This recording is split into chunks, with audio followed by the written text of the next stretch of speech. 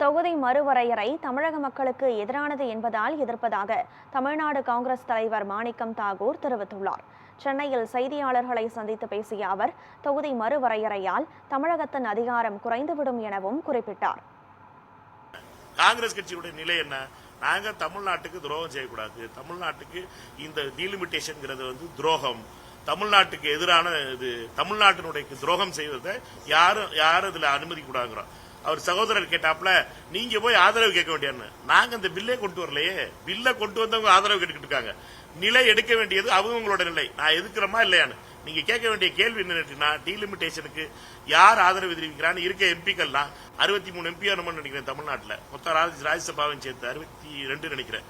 62 ராஜ்யசபா மொத்த ராஜ்யசபாவையும் சேர்த்திங்கன்னா 62 பேர் இருப்போம். 62 பேர்ட்ட கேளுங்க மைக் நீட்டி, நீங்க ஆதரிக்கிறீங்களா டீலிமிட்டேஷன்? எல்லாரும் பதில் சொல்லட்டும். அதுல கணக்கு தெரிஞ்சிருப்போம் 62ல எத்தனை பேர் வாக்கு போட போறாங்க. இதை செய்ய வேண்டியது உங்களுடைய கடமை. ஏனென்றா தமிழ்நாட்டினுடைய ஏப்ரல் 17 நடைபெற்ற நாடாளுமன்றத்தில் 40க்கு 40 நாடாளுமன்ற உறுப்பினர் புதுச்சேரி உட்பட எதிர்த்து வாக்களிச்சோம்.